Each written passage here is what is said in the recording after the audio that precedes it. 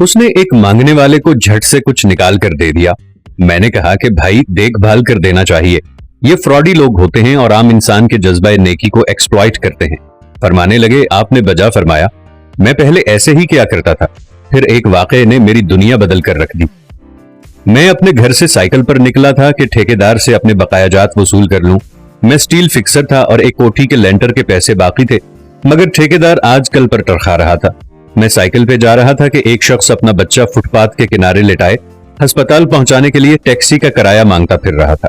वो कभी किसी पैदल का बाजू पकड़कर हाथ जोड़ देता, मेरा बच्चा बचा लें, मुझे टैक्सी का किराया दे दें, तो कभी मोटरसाइकिल वाले को हाथ देकर रोकता, कभी किसी कार वाले के पीछे भागता कि वो कार में उसके बच्चे को अस्पताल पहुंचा दे। कोई रुकता तो कोई ना रुकता, जो रुकता वो भी उसे घूर कर देखता और आप वाली सोच सोचकर उसे डांटता, काम करके खाने की नसीहत करता और आगे निकल जाता। मैं जो साइकिल साइड पे रोक के एक पांव जमीन पर टेके उसका तमाशा देख रहा था, अचानक उसकी नजर मुझ पर भी पड़ी और उसने मेरी साइकिल का हैंडल पकड़ लिया। भाईजान, खुदा के लिए मेरे बच्चे की जिंदगी बचा लें, इसको सख्त बुखार है, आप नीचे उतरकर इसको देख तो लें, आपको यकीन आ जाएगा, आप देंगे तो शायद किसी और को भी एतबार आ जाए। मगर मैं भी आपकी तरह सोच रहा था। फिर जिस जारहाना अंदाज में उसने मेरी साइकिल का हैंडल पकड़ रखा था, लगता था कि उधर मैं साइकिल से उतरा और उधर वो साइकिल पकड़ के भाग जाएगा। मैंने भी उसे काम करके खाने की तलकीन की और पिछले जुमे में सुनी हुई हदीस उसको सुना दी कि कमा कर खाने वाला अल्लाह का दोस्त होता है, और अपना हैंडल छुड़ाकर बुड़बुड़ाता हुआ आगे चल पड़ा। हरामखोर हमें बेवकूफ समझते हैं। 2-3 घंटे के बाद जब मैं बकायाजात वसूल करके वापस आया तो वो अभी उसी जगह खड़ा मांग रहा था। बच्चे को अब वो सड़क के पास ले आया था और उसके चेहरे से कपड़ा भी उठा रखा था। वो धाड़े मार मार कर रो रहा था। अब वो बच्चे के कफन दफन के लिए मांग रहा था। मैंने साइकिल को रोककर पांव नीचे टेका और मैयत के चेहरे की तरफ देखा। फूल की तरह मासूम बच्चा जिंदगी की बाजी हार गया था। मेरे रोंगटे खड़े हो गए। मैंने जेब में जो कुछ था बकायाजात समेत सब बगैर गिने निकाल कर बाहर फेंका और इससे पहले कि उसका बाप मेरी तरफ मुतवज्जे हो, साइकिल इस तेजी से चलाकर भागा कि गोया सारे शहर की बलाएं मेरे पीछे लगी हुई हैं। मैं घर पहुंचा तो मेरा बुरा हाल था। थोड़ी देर के बाद मुझे बुखार ने आ घेरा। बुखार भी कुछ ऐसा था जैसा कि कमर और जिस्म के दूसरे आज़ा टूट गए हों। घर वाले मुझे अस्पताल लेने के लिए निकलते और मैं चारपाई से छलांग लगा देता। मुझे अस्पताल नहीं जाना था। मैं उसी बच्चे की तरह एड़ियां रगड़ रगड़ कर मरना चाहता था। 2-3 दिन के बाद बुखार को तो आराम आ गया, मगर मैं जहनी मरीज बन गया। मुझे लगता गोया मेरा अपना इकलौता बेटा जो 3री क्लास में पढ़ता था, वो उस बच्चे के कफारे में मर जाएगा। मैंने बच्चे का स्कूल जाना बंद कर दिया। बीवी के बार बार इसरार के बावजूद मैं बच्चे को स्कूल तो क्या, दरवाजा खोलने की भी इजाजत नहीं देता था।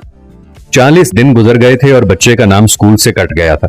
बीवी ने अपने भाई से बात की जो दुबई में एक कंपनी में कैशियर था। उसने मुझे बाहर बुलाने के लिए पासपोर्ट बनाने को कहा, मगर एक तो मैं शनाख्ती कार्ड भी पैसों के साथ निकालकर बच्चे की मैयत पर फेंक आया था, दूसरा मैं खुद भी बच्चे को अकेला छोड़कर बाहर नहीं जाना चाहता था। वो 40 दिन मेरी जिंदगी के 40 साल के बराबर थे। 40वें दिन 10 बजे के लगभग हमारे घर का दरवाजा बजा। दरवाजा मैंने खुद ही खोला और सामने उस बच्चे के बाप को देखकर मुझे चक्कर आ गए। मुझे लगा जैसे हम दोनों आमने सामने खड़े खला में चक्कर काट रहे हैं। दरमियान में बच्चे का चेहरा भी आ जाता। मेरी कैफियत से बेखबर उस बाप ने मुझे दबोच लिया और फूट फूट कर रोना शुरू कर दिया। वो कुछ कहने की बजाय मेरी ठोड़ी को हाथ लगाता और उसे चूम लेता, जबकि मैं पत्थर का बुत बने उसकी गिरफ्त में था कि अचानक मुझे झटका लगा और मेरी चीख कुछ इस तरह निकली जैसे किसी को पानी पीते वक्त अच्छू लग जाता है और पानी उसके मुंह और नाक से बह निकलता है। मैं उस बच्चे के बाप को सख्ती के साथ सीने से लगाए हुए यूं रो रहा था गोया उसका नहीं बल्कि मेरा बच्चा मर गया है। हमारे रोने से घबराकर पूरा मोहल्ला इकट्ठा हो गया था। आहिस्ता आहिस्ता 40 दिनों का गुबार निकला। उसको मैं घर में ले आया।